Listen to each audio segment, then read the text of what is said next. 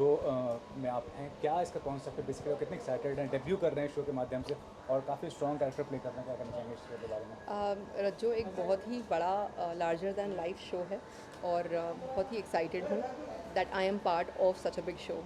इस शो के बारे में अगर हम कहें तो सबसे शुरुआत कर सकते हैं हम प्रोड्यूसर से। इस शो के प्रोड्यूसर हैं मुक्ता धोन जी, जिन्होंने बालाजी के कितने सारे शोज़ अभी तक क्रिएटिव डायरेक्टर में किए हुए हैं और इसके पहले भी उनका एक दिव्य दृष्टि शो आ चुका है और अब ये उनका सबसे बड़ा शो जो वो खुद प्रोड्यूस कर रही हैं। सो नो डाउट जिनका इतना वास्ट एक्सपीरियंस है उनका जब अपना पहला शो आएगा तो 100% उन्होंने बहुत सारी चीज़ों का ध्यान रखा होगा। उसके अलावा शो के जो डायरेक्टर हैं वो है ललित प्रधान जी, जिनके इशकबाज जैसे कई सारे शोज़ स्टार प्लस पे और डिफरेंट चैनल्स पे आए होंगे और बहुत ही उनका नाम इन शोज़ से बना हुआ है और उन्होंने काफ़ी अच्छे टेलीविज़न सीरियल्स ऑडियंस को दिए हैं और ऑडियंस का मनोरंजन किया है। इसके सिनेमेटोग्राफर के बारे में क्या कहना, वो शो सेटर रहे हैं काफ़ी सारे शोज़ के। ऋषि गांधी जी, इनका अपना एक ऑरा है, इनका अपना एक ग्रैंडर लेवल है। जितनी शूट हुई है वो सब एलेक्सास पे शूट हुई है, जो कि टेलीविज़न इंडस्ट्री में अभी तक कभी नहीं हुई है।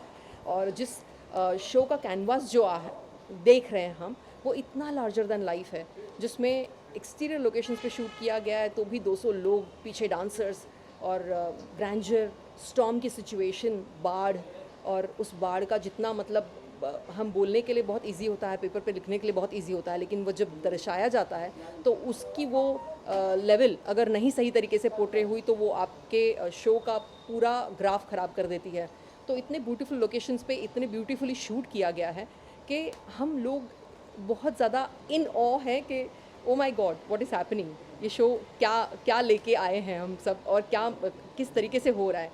मुझे लगता है स्टार प्लस का ये सबसे बड़ा शो होगा और बहुत हाई एक्सपेक्टेशन सभी के हैं इससे।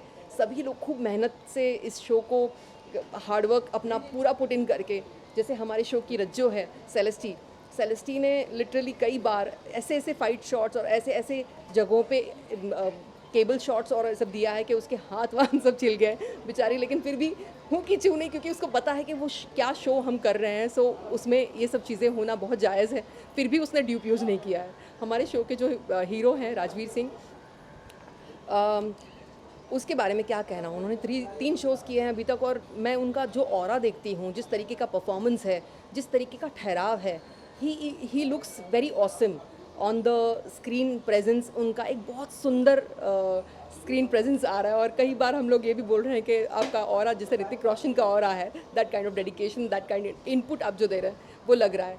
उसके अलावा जितने हमारे को स्टार्स हैं शो पर, अविनाश जी हुए या मल्लिका जी हुई, दिव्यांगना हुई, आयुषी तिलक और उत्कर्ष हुए, उत्कर्ष गुप्ता, अंकित भारद्वाज और सभी स्टार कास्ट, हर एक कोई अपनी तरीके से इतना बढ़िया कर रहा है और इतना ऐड ऑन कर रहा है इस शो में। एक अपना एलिमेंट, हर एक का अपना एक स्टाइल, हर एक का हर एक कैरेक्टर, नेगेटिव हो पॉजिटिव हो।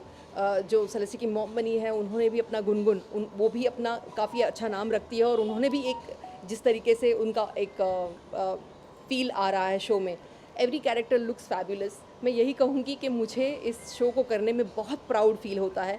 मैं प्रिविलेज्ड हूँ, मैं थैंकफुल हूँ कि मुझे इस शो का पार्ट बनने का मौका मिला।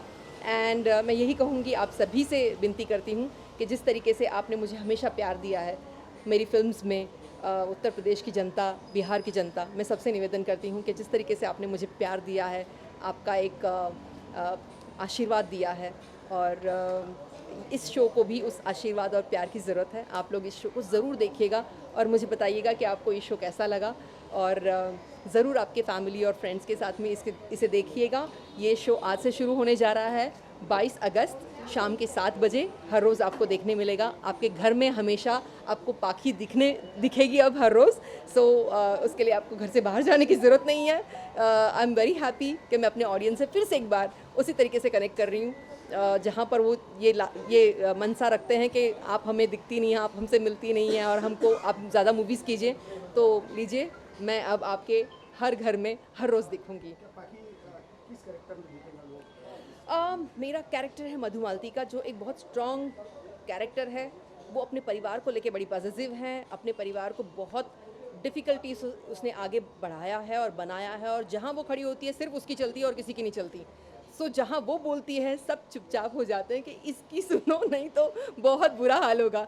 सो जो एक टेरर, एक प्यार और एक सम्मान इन्होंने बनाया हुआ है, वो बहुत ही अपने परिवार को लेके पॉजिटिव हैं, और परिवार को लेके एक बहुत प्यार रखती हैं, और उसी प्यार में वो कई कई जगहों पर हल्की नेगेटिव भी नज़र आती है।